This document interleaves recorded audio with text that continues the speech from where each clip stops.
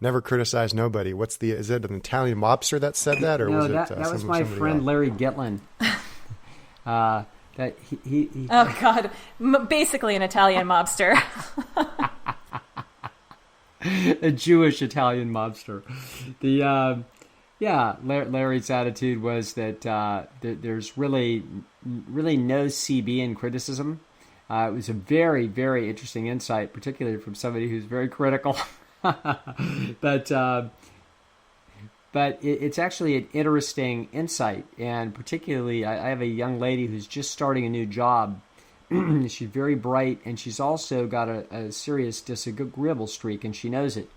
So with her high intelligence and high conscientiousness, she's recognizing she has to be disciplined because the natural disagreeable wants to criticize. And so she's doing a really good job here in her second week of holding it together, recognizing this. She's beating her genes, knowing full well that once she gets better established socially and they understand her competence, which they're already seeing, then she's going to have more latitude and she doesn't have to be in any rush. If there's a need to criticize something, she can do that 6 months from now.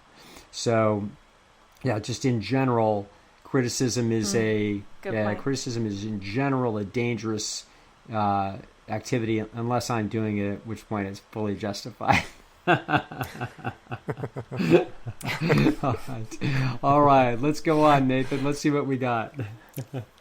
All right, fantastic. Well, we've got a few questions here, and we're going to actually, this first question, Dr. Lisle, I'd like you to answer it first, and then we'll take Dr. Hawk's take on it. So this is called Couchsurfing as a Woman. Dear Dr. Lisle, Dr. Hawk, my niece and I have been debating whether it's safe for attractive young solo female travelers to couch surf. She believes that a careful reading of a host's couch surfing profile enables her to spot would-be predators. What are your thoughts on this, Dr. Lisle and Dr. Hawk? Well, that's such a Jen Hawk question that I'm just going to completely punt. There's really no reason for me to be in this question. So, Jen, you go right ahead. Well, I suspect we might disagree on it, which is interesting because we have very different levels of openness. I don't think we disagree on the fundamentals of it. So this is a question near and dear to my heart. I was one of probably the very first members of Couchsurfing.com when it went live way back in like the late 90s. It was a miraculous thing that came about. I couldn't believe that such a thing would exist for a 90th percentile open person. And so I use Couchsurfing.com and a lot of sites like it, all these, different farm work trades and work exchanges and all kinds of different ways of traveling all around the world for free for many, many years. And I, got myself into some pretty hairy situations. There were definitely some negative experiences that came out of it, but nothing too terrible. And I think overall, it's totally worth the trade as long as you keep your eyes open and you're paying attention and you're using your judgment. And I think these things have come so far where now you can really, I would never couch surf, or I would never make some kind of work exchange with anyone who hadn't been verified by the site and had some reviews.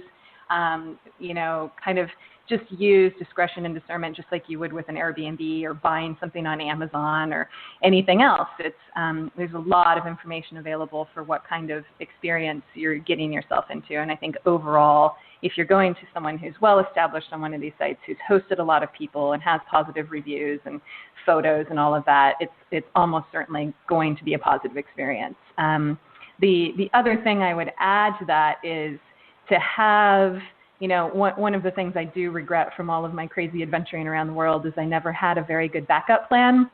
I would get myself into the worst situations that I was in were bad in large part because I was sort of stuck with them. There were places I would have really liked to get out of, but I didn't have enough money on a credit card to go get a hotel, for example, if things really hit the fan.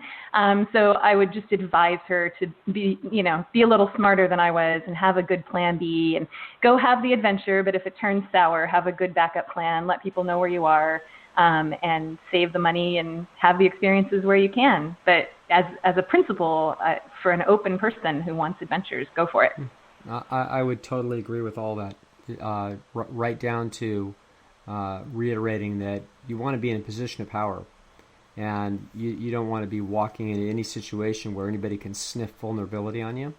And so that's a critical issue. And so at the first sign of trouble, don't be making a cost benefit on $80. If there's first sign of trouble, you just get out immediately. And so that would be the one mistake that somebody might make, would be to be hemming and hawing and shuffling one foot to another after somebody's already showed their hand that they've got problematic personality. So first sign of trouble, just leave and you're done. See you later. And if we leave quickly, the escalation won't be that great. That's the idea. Definitely situations where I was managing really disagreeable, really unstable people because I just didn't have a choice. There was nowhere else that I could go. I had to wait it out until my flight in 2 days or whatever it was, when way better to go take care of yourself. So yes, but happy adventuring. My openness is jealous. Yeah. All good. All right. Fascinating. All right. Well, our next question is about resilience, and this is for both of you, but mainly Dr. Jen Hawk because of your work in trauma. So, dear doctors, can you please talk about what resilience is with regards to personality in the Big Five? A little background. I recently attended a multi-day training for work, which was focused on trauma-informed care. And I found myself rolling my eyes throughout almost the entire thing. It seemed like the suggestions that the trainers would put forth for making an agency, quote, trauma-informed, end quote, were just really fancy ways of telling us that we should coddle people to death.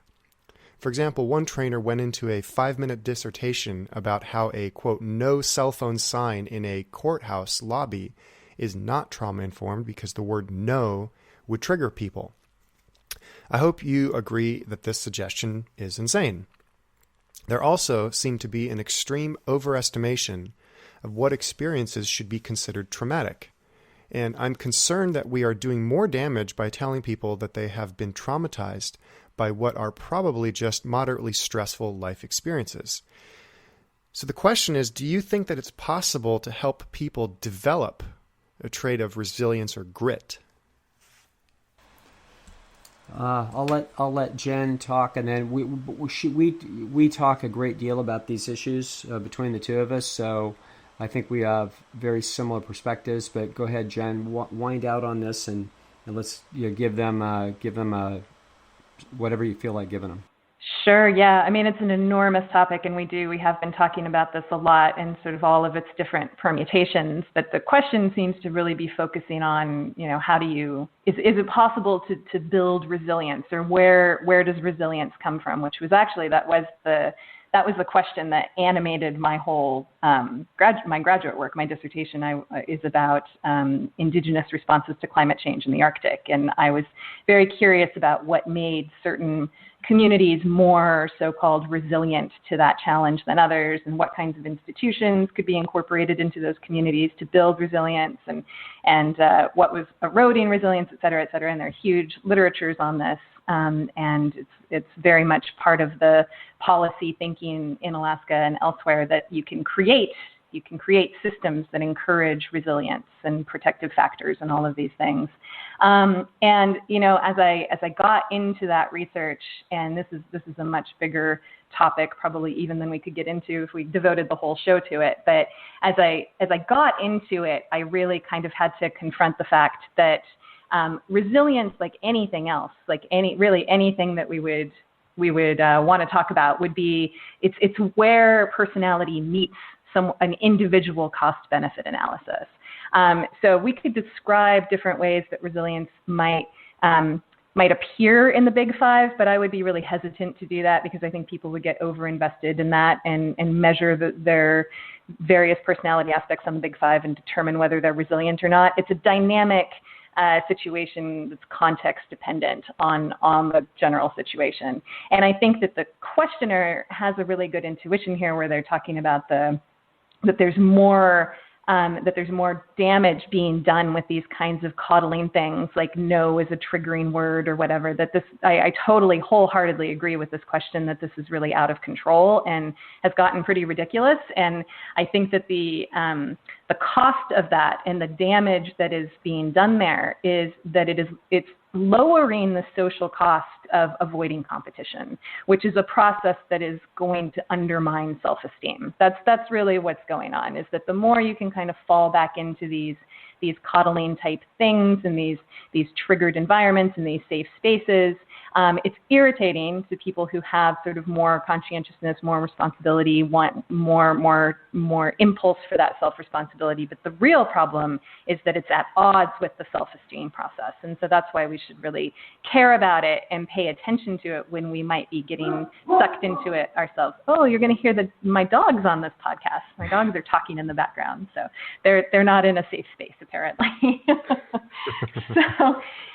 So like self-esteem is the whole game, and anything like this that is really putting up barriers to that is something that's worth paying attention to. And so I think when we're talking about how to build resilience, how do we encourage resilience and grit, that's actually by participating fully in the competitive reality that's in front of us, whatever that is, confronting those fundamentals of the difficult tasks that we might prefer to avoid, and discovering what your capacity for improvement in those fundamentals and in that competitive task is. That's where pride and self-esteem and ultimately what we would think of as resilience come from, not by protecting people or by creating safe spaces for them or by, making sure that we're not triggering anybody into kind of microaggression or anything like that. I think this is also profoundly misguided.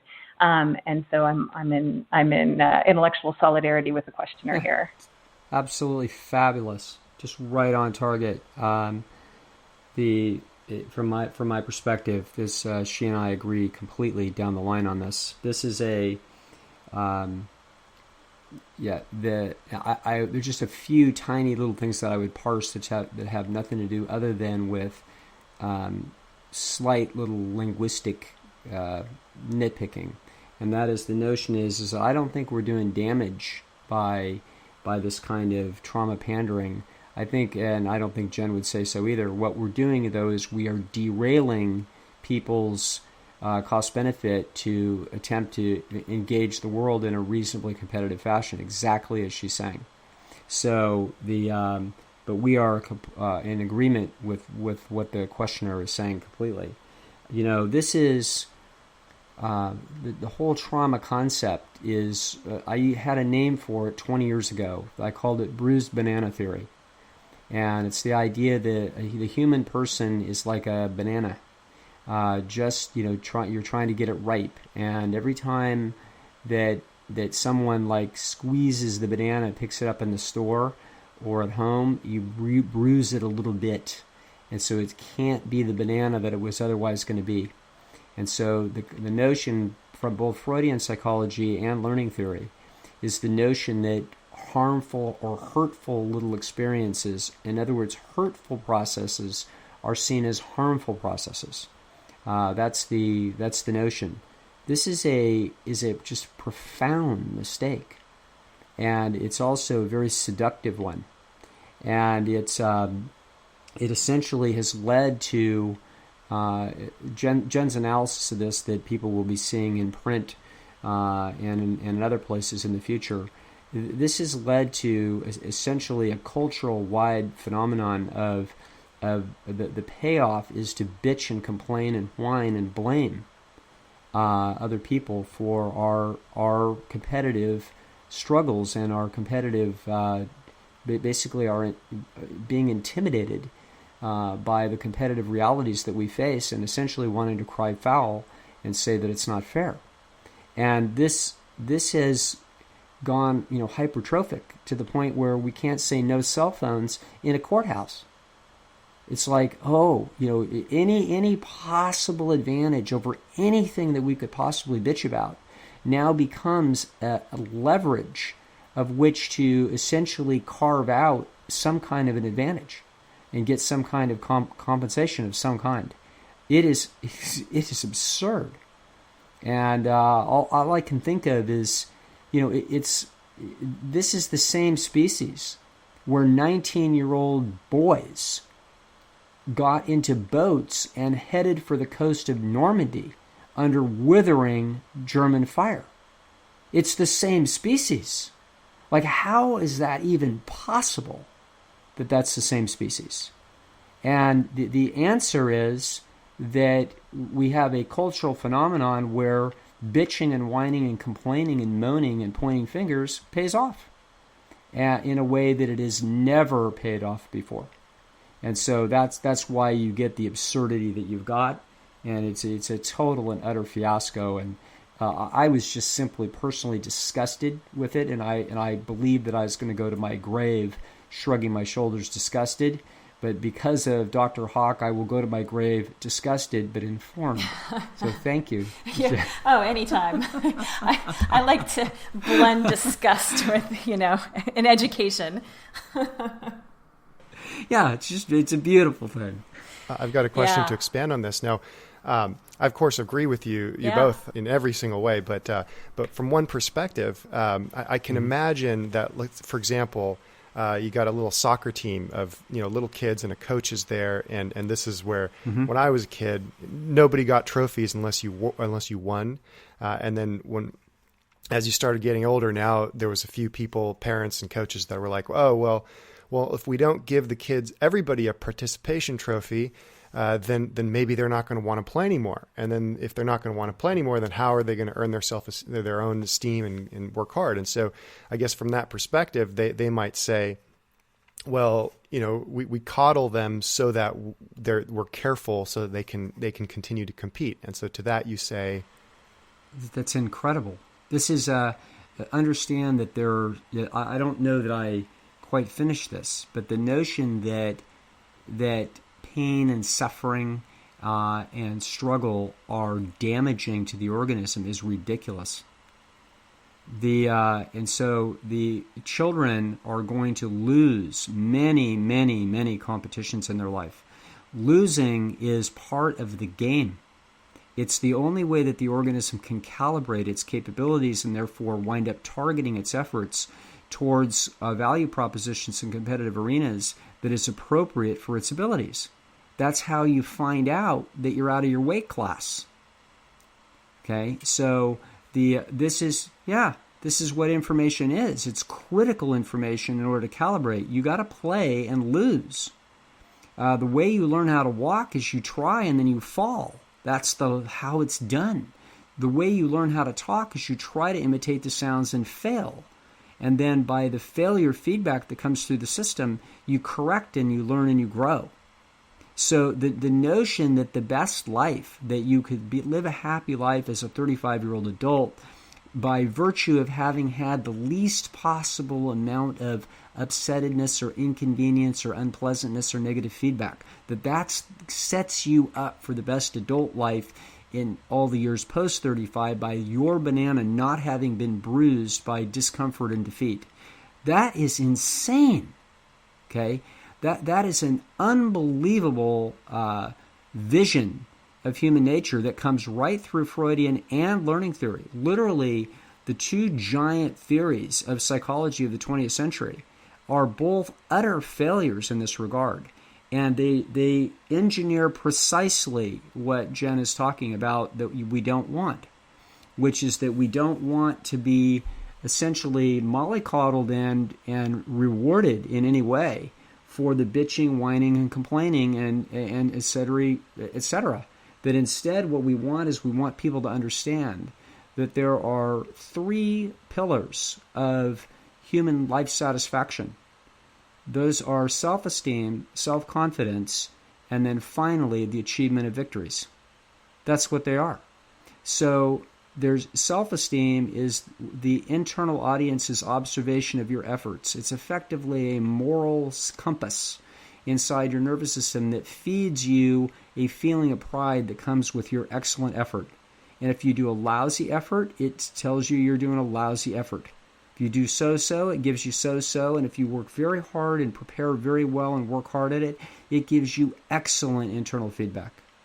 Self-confidence is entirely different, but people confuse the two. They confuse self-esteem with everything. They confuse self-esteem with self-confidence, and they confuse self-esteem with achievement.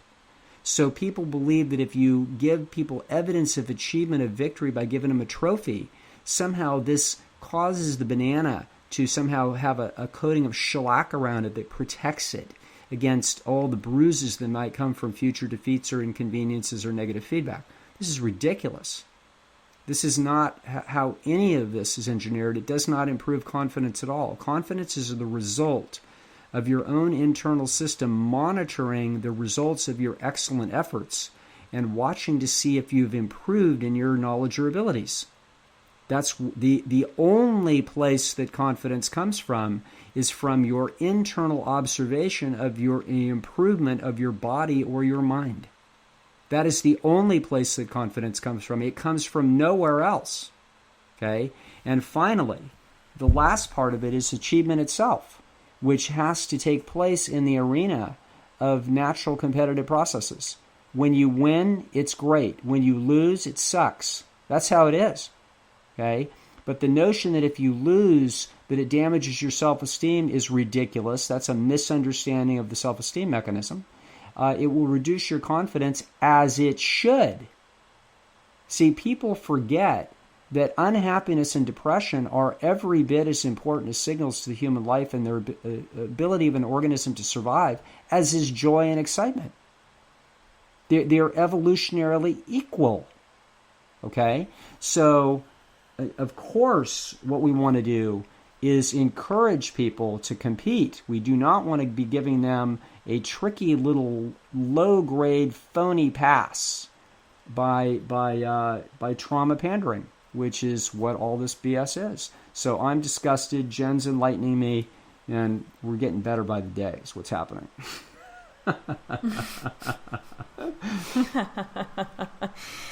A practical example of this is a couple of weeks ago, Dr. Lisle, you and I, Dr. Goldhammer, and a gentleman by the name of Toby were at Chef AJ's conference in Las Vegas, and we all went to go play basketball. Yeah. Now, for our listeners that don't know, Dr. Lisle, Dr. Goldhammer play basketball regularly. They have for a while, and I've maybe played, a total of 45 minutes in my entire life of basketball. Yeah.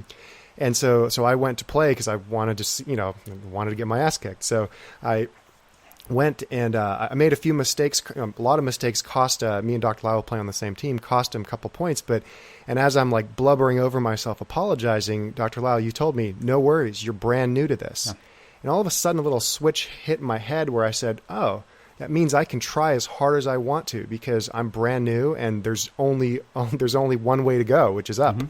And so it's just a really fascinating, set of words that you said to me, and I've taken that with a lot of other things. It's if we're brand new to things, we're how can we expect to be good at them? Absolutely, that's what the process of struggle is about, is to learn, and then as you get better, which you did in literally minutes, as you started to understand it, because you're a fine athlete, and as soon as you started to understand some of the things that needed to happen.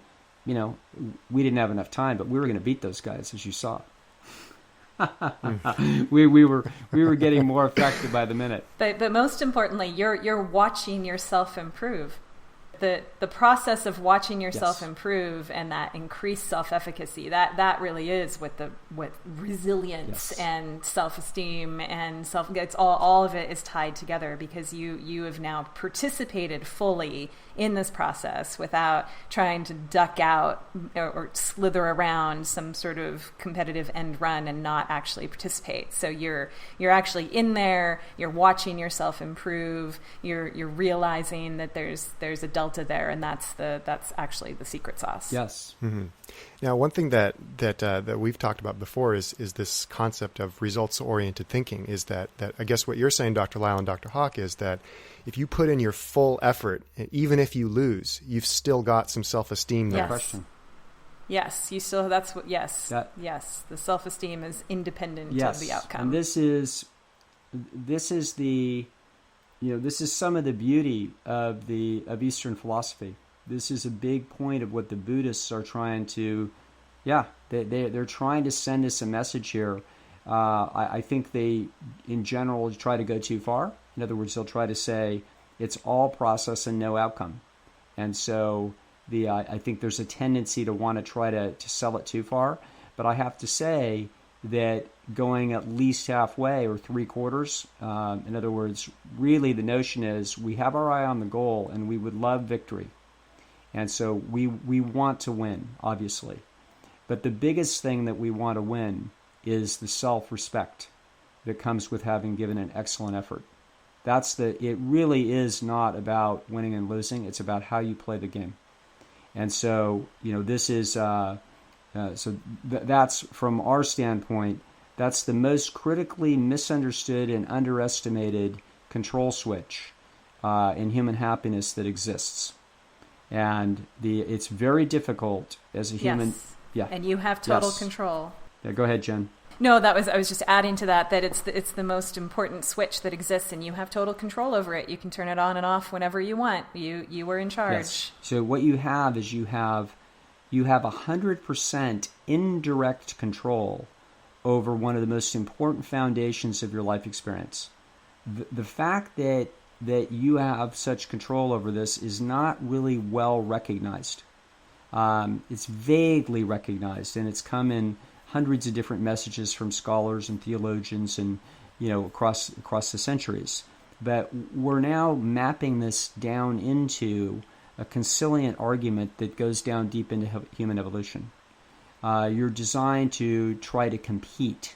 Those competitions, if you opt out of those competitions, then there is cheap currency that awaits you on the other side of a trauma complaint. And the best currency that life has to offer is actually the self-esteem that comes from knowing you gave your very best shot to something. And win or lose, there's a beautiful phrase from a movie that I loved, which is called Hard Times. And the phrase was, like old mama says, the next best thing to playing and winning is playing and losing. And that's how we want to look at life. Mm-hmm. Fascinating. All right. Well, our next set of questions are about relationships. Mm-hmm. So we're going to turn the ship a little bit. Dear Dr. Lisle, dear Dr. Hawk, I dated a guy for about 5 years who would never commit and cheated on me several times. Though I did not learn of his indiscretions until after the relationship ended, I recently found out that he married one of the women who he cheated on with me after dating her for only a brief time. My initial reaction to this was to laugh because his new wife is quite a bit less attractive than I am. She weighs probably about 25 to 30 pounds more than I do. She has a bit of a gummy smile, etc. After the hilarity wore off, I realized... No. Go ahead, sorry. No, seriously. Go ahead. After the hilarity wore off, I realized that I felt a little bit annoyed that my ex-boyfriend would marry this gal after such a short time, but wasted so many years giving me the runaround. After our split was all said and done, I definitely felt like I came out with the better end of the deal, and luckily I'm now in a relationship that has major magic 10% potential. But my question is, why am I still so irritated about my loser ex's quickie marriage? Yeah, I got a few thoughts about this, Jen, but I just assume you to take a pass at it. I'm always curious about what you're thinking.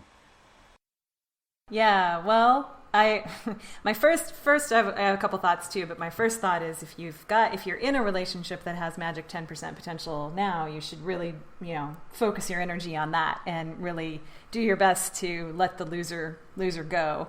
You're understandably irritated, and you're irritated because you lost a prize there to some degree, and you also have a little bit of an open loop because you're confused, because you're looking at this and you feel objectively more attractive, and this just is not fair and right in the universe, and what went wrong here. But this happens all the time. The qualification process for pair bonding is it's a mysterious process, and you can't predict from your perspective who would qualify for someone else, even if you've been with them, even if you know them very well. This is not a left-brained process. This is not a rational process. This is a very mystical, right-brained, mysterious process. So just because you're objectively more attractive and this person weighs more and has a gummier smile or whatever it is that we're being critical about, you have no idea like what she has that you don't have. You don't know what his different thresholds and specific ideals for personality and conversation and brains are, what circuits she's hitting that you don't. You don't know how she smells to him. You don't know what that experience, like how their immune systems are talking to each other. There's so many different little pieces of this that you could just never anticipate. And so I would just, let go and let God, and this is what it is. And he found his magic 10%. You've possibly found your magic 10%. That's where you should be investing your time and energy and hoping for the best there and doing everything you can to create your own happily ever after. Yeah, that would be my sure. general take. I think that what we're seeing is that she feels insulted, and the insultant is she's confused. And I think that, again, whenever we hear anger, we know that there's an inference of unfairness. And the unfairness is, in this case, I think it's winding around. It's not just that she lost this specific individual. I think it's the fact that in a Stone Age village, if this had happened, there would be a pretty serious social calculus threat that she would be facing. That in other words, if she got dumped by this guy for that female, everybody says she should be in principle more valuable than that other female. What is it about her that she's carrying a liability around that we don't know about? So this would actually be right. So there's a village inference of what I would call her internal ugliness. That he's essentially saying there was something wrong with her that you guys don't know about. And I think that she's looking at herself thinking, no, that's not true. There isn't anything weird about me. And yet that's what it would look like to the village. And so therefore, this is a threat to my mate value, and it's making me insecure. It's essentially a social cost, and I'm pissed off. Okay? So you can imagine the other direction, that people live through, where the next mate is fancier than you, and it's like, okay, well, it's somewhat embarrassing that I got beat, but it's fair enough, okay, and so that's the other side of this equation. Yeah, see, maybe it's the disagreeable side of me, but if I got broken up with in this way, I would look at it and be like, oh, well, she's probably more disagreeable than I am, so she roped him in. Or if she's less attractive than I am, then chances are he's just being lazy, so it's a lot easier. He gets a lot better feedback, and so, there we go. This is the Alan Goldhammer inference, okay? So this is... It totally is. This is like, if they went for something other than me, then they're just too lazy and they don't want to put up with the fact that my standards would have been too high. Yeah, something wrong with them. Right. Yeah. That's exactly right. I love that. That's beautiful. You'll go far, Nate. Yeah. Okay, so yeah, my question was my comment was gonna end with, what is it about human nature? Because I know that, like, just from my talkings with other people, that my views on that is slightly unusual. So I was gonna ask, what is it about human nature that people are looking at, how the village is gonna look at them versus what I just described? Yeah, I think that. Yeah, well, go ahead. What do you think of Jen? Yeah, no, I mean they're always concerned about how the village is sizing up this situation and what their relative standing is and how they're going to go forward competitively. I mean, I have been in this situation and sort of had these same inferences in the same exact circumstances, and you spend a lot of time kind of computer checking with your girlfriends, trying to figure out like what you are missing and what is it about her, and then you kind of land on these narratives like you're describing, Nate, where where it's like, well, it must just be that, she's more disagreeable and she tricked him or whatever it is. That's the kind of information that you're looking to get back from the village to quiet that voice in your head that there is the internal ugliness that Dr. Lisle is talking about. So this is a back and forth process of your own soul searching and your computer checking with the village to make sure that you're still in a good position for the next potential mate that would come along. Yeah. And I would add to that, or what's being inferred there, is that you're not just computer checking, you're also selling. So you're trying to figure out the best way to play this, because this is game theory. So you've got to figure out what's in your best interest. Do we say that he's lazy shit, that he doesn't really want to go to the effort of continuing to qualify for somebody as outstanding as me? Or do we say, I don't know what's wrong with him, he's got something wrong with him? Or do we say, hey, who the hell knows? Maybe she's really just really sweet, and hey, good for him. I.e., we take the high ground and shrug our shoulders. There's a whole bunch of what you're looking at is some bunch of social instincts in here. And there's a variety of options. There's a menu of games to be played. And every situation is going to be a little different, but probably the dominant feature of the situation will be the individual's personality. And so, Alan will immediately go to, hey, they're, what's wrong with them? Something wrong with them, and I'm glad to be done with them. That's in 2 seconds, that's what's coming back.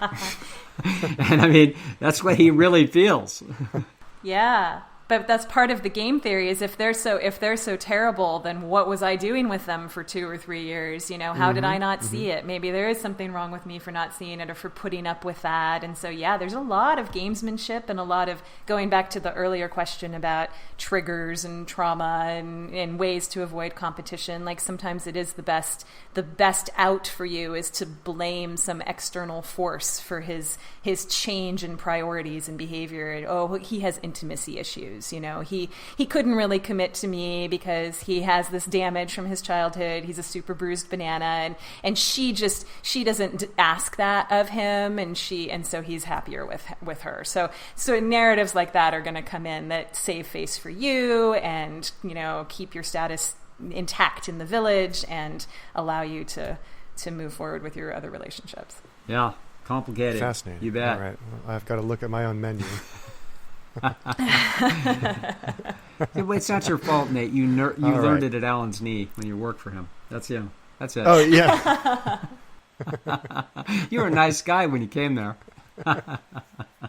Yeah. Oh my. All right. And then I got taught how it should be that's done. All right. Dear Dr. Lisle, Dr. Hawk, I contracted herpes from a long-term boyfriend who was cheating on me about 10 years ago. Now, I find this so difficult to share this information with a new person that I'm dating. I'm 50 years old and reasonably attractive, but I haven't really been dating from shame regarding this condition. Your straight talk suggestions are very helpful in this podcast, and I'm wondering if you can advise me on how to best frame my situation for myself, my status, and any potential mates in the future. Yeah, a nice question. It's perfect for us having a couple of different takes that might be slightly different. So let's give them the nice person's version, which is Jen's. So what comes to mind for you? Yeah. I would generally, it's completely understandable that she feels this way, and it's but I wouldn't feel obligated to lead with it on dates. You can kind of quiet this initially. It's like people will sometimes have this idea that they've got this big piece of baggage, and so they better just lay it all out on the table right away. And I don't think she needs to do that and burden herself with that expectation. She can get herself into the 10 paid dates process with somebody who looks like they might be a good contender, and then we can think about how we're going to bring this up with this guy. And in the event that it seems like it's going to be a relevant thing to bring up, I would just advise her to kind of take a very very matter-of-fact approach, and I am struggling with this. It's a pretty common thing. I've got it well managed. I just really feel like this is potentially going somewhere with you, and I want to be upfront about it, but to bring it up at the appropriate time in the establishment of that little blossoming pair bond, not to scare them away too early, and then also not to sit on it forever and never mention it. So it's a little bit of an art and a science, but yeah, there's no reason to be intimidated by this. It's not that uncommon. It can be well managed with medication, and just to kind of go at it with that matter-of-fact attitude and not make it a big deal would be my general take.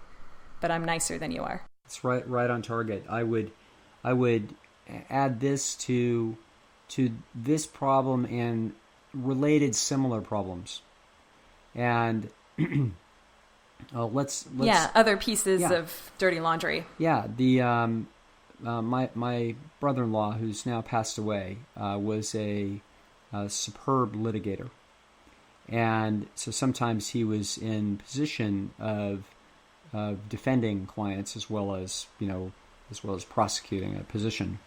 And so he said that the best move that he found when you had some vulnerability in a case was what he called confess and avoid, which is Jen is describing this, which is be matter of fact.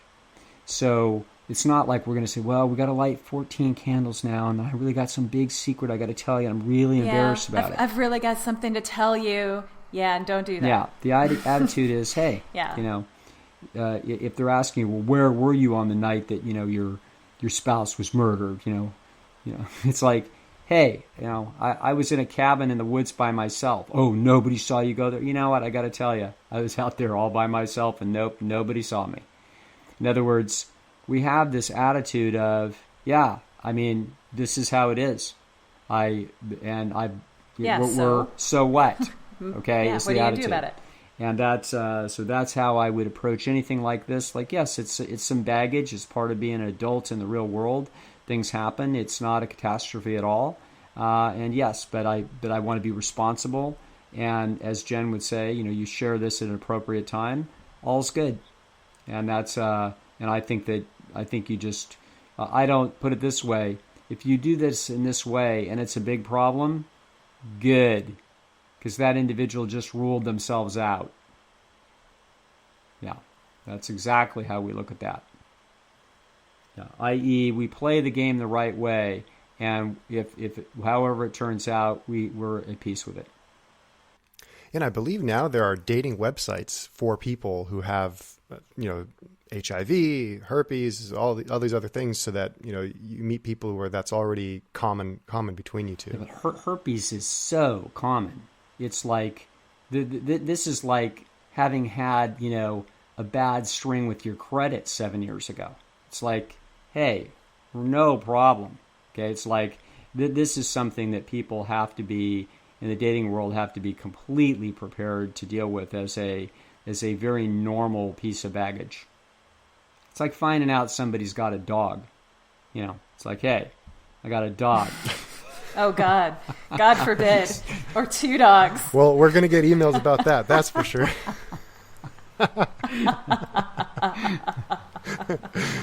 We're going to eventually do a show with all the funny emails that I get and just have a big laugh. That's good. All right, maybe one more? Right. We've got one more. Yeah, we got one more, but I was wondering, we have a caller that's been on hold that I've asked what the question's about, and it seems like a pretty reasonable question, so I think we can knock it out. What say you? You want to do this week or next week? No, we'll do it. We'll do our caller right now, and I'll take the caller, and then Jen can health related. Jen can piggyback in as it makes sense.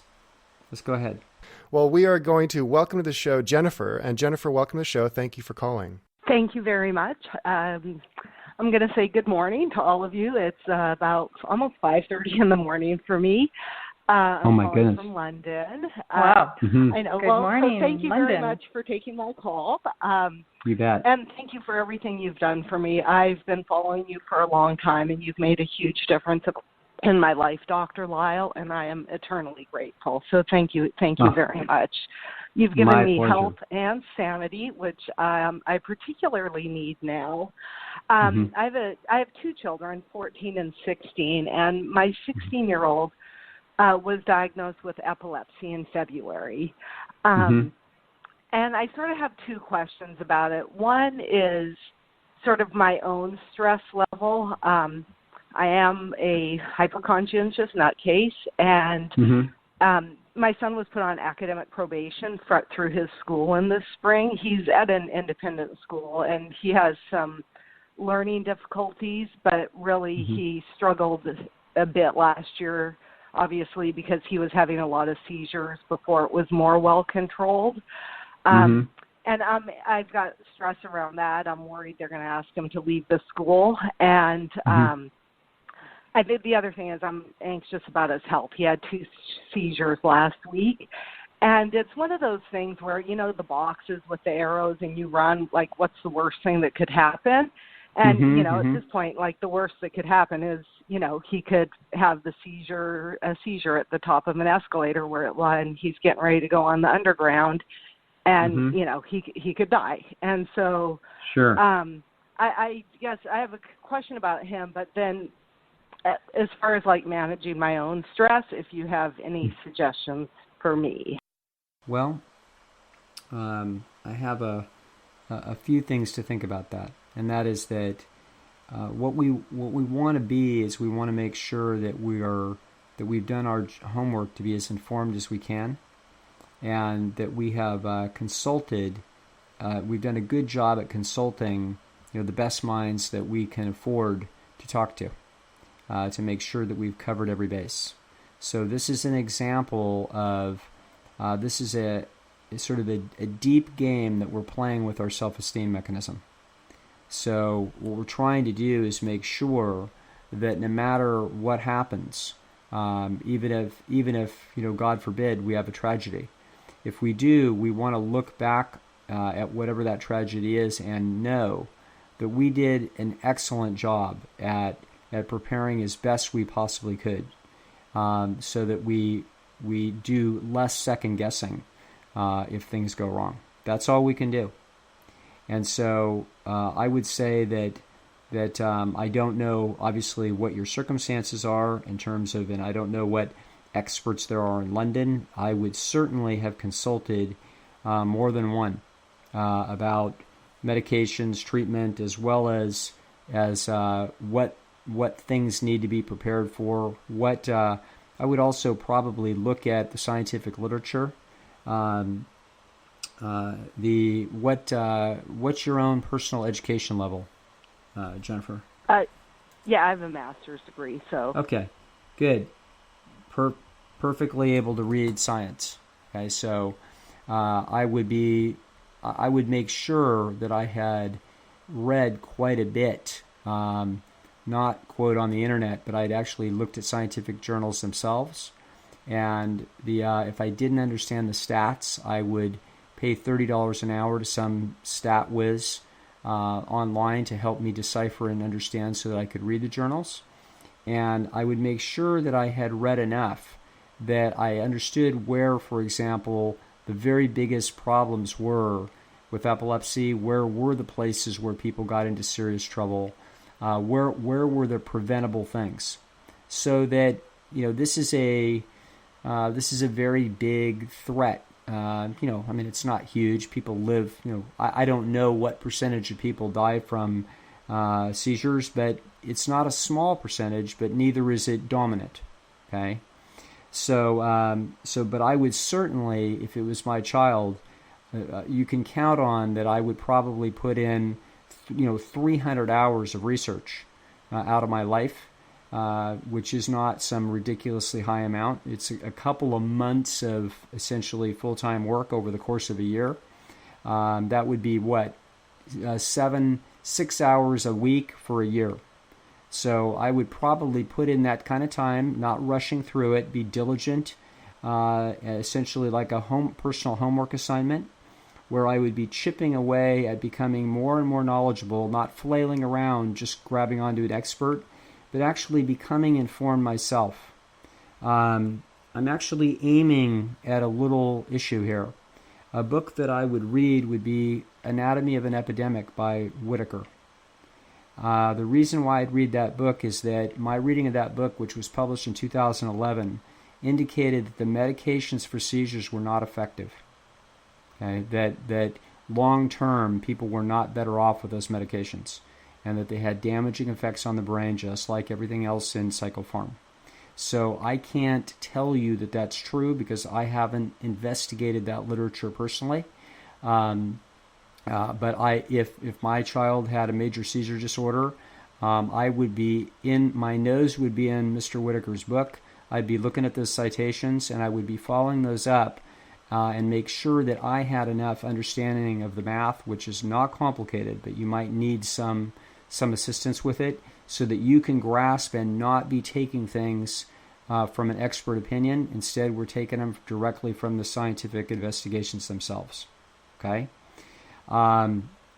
This is my friend Colin Campbell had a cancer in his family that was extremely upsetting for him, and he had to roll up his shirt sleeves and do a fairly exhaustive analysis of that particular cancer, what was known about the treatments, etc. As he went through the process with the family member, he was discovering at every step of the way that he was much better informed than the people that were treating her. Okay, and that they were going to make mistakes, and he would then confront them gently. If you know Colin Campbell, he is a consummate gentleman, and the responses back from medical professionals was very interesting, mostly very hostile. One lady began to cry because it turned out that she actually knew he was right. And she had told him wrong, but she had done it because it was the status quo. So this was a very interesting process that he went through. It turns out the family member, now 10 years later, is doing totally well. They're fine. They were very, very conservative in their treatment. They did not do the recommended treatments. They were not indicated on the basis of the science, but they were indicated on the basis of the standard treatment protocols, which were not lining up with the science. So this is all by way of me telling you I do not know what the best way it is to proceed, because I'm not a professional that knows anything about epilepsy, but I am someone that knows about the self-esteem mechanism. And you've got enough IQ and you got plenty of time, and we're not in a dire emergency right this second.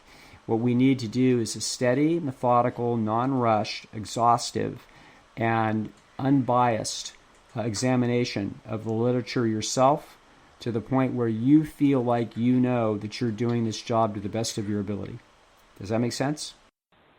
That makes perfect sense, and I love homework, so I'm all over it.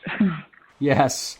If you run into trouble, if you run into obstacles along the way, and you need assistance to interpret literature, please feel free to write to me or give me a call, and I will walk my way through it as best to my ability, and if we need to seek other assistance, we will.